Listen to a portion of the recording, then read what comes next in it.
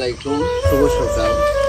এই শুভ সকাল হয়ে গেছে জীবনে কাদর ভিতরে হাঁটা খুব কষ্টকর হয়ে গেছে। সকালে এত পরিমাণ কাদর যে আমাদের বিছে থেকে এই ভাঙা জায়গা পর্যন্ত মানে মানুষ তো হাইটে যাওয়ার মতো শক্তি থাকবে না, এত পিছলা। এই দেখেন এগুলো কিন্তু চরম পিছলা, কাটামাটি। আমরা হাইটে যেতে পারছি, তুই রাস্তা ধরো। এই এই পৃথিবীতে মনে হয় যে এই নওগাঁ জেলার ভিতরে 20 ইউনিয়ন সবচেয়ে নিকৃষ্ট এলাকা। আর এই এলাকার যে এত এমপি মন্ত্রী গেছে, 10-7 করে রাস্তা যদি করতো তাহলে এতগুলা মানুষের মনে করেন যে জীবন বেঁচে যেত। মানুষ হাটে বাজারে যাইতে পারছে, কইতে যাচ্ছে কথা বলতে। এই পুরা রাস্তায় এরকম। এই ভিডিওটা একটু শেয়ার করে দিবেন আমাদের ডক্টর ইউনুসের কাছে, যাতে আমাদের 20 এলাকার রাস্তাটা যেটা হয়।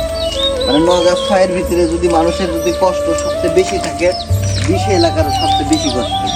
এই এলাকার নাই কোনো রাস্তাঘাট, নাই কোনো মেডিকেল, নাই কোনো ভালো প্রতিষ্ঠান, কিছুই নাই। একটা মেয়ে যদি প্রেগনেন্ট অবস্থায় যদি পেটের ব্যথা উঠে, আপনার নাটোর জেলা যাওয়া লাগবে, আপনার 8টায় আপনি যেতেই পারবেন না।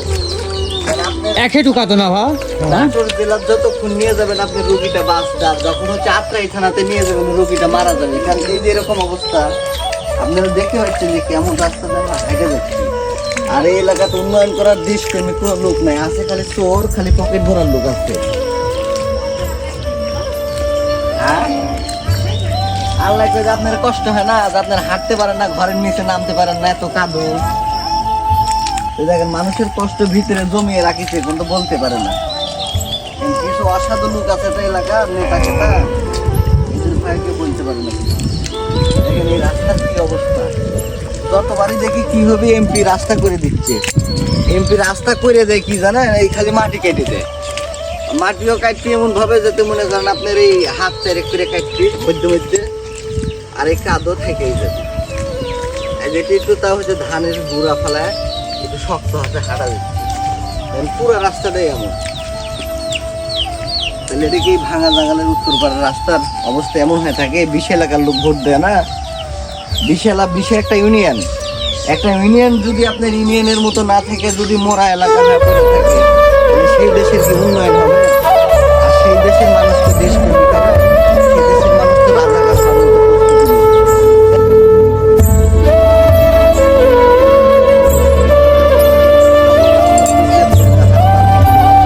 যারা অটো চালায়, কর্ম করে, তাদের অটোটা ভাড়া বাড়িতে রেখতে হয় যদি এই রাস্তার জন্য নামতে পারে না।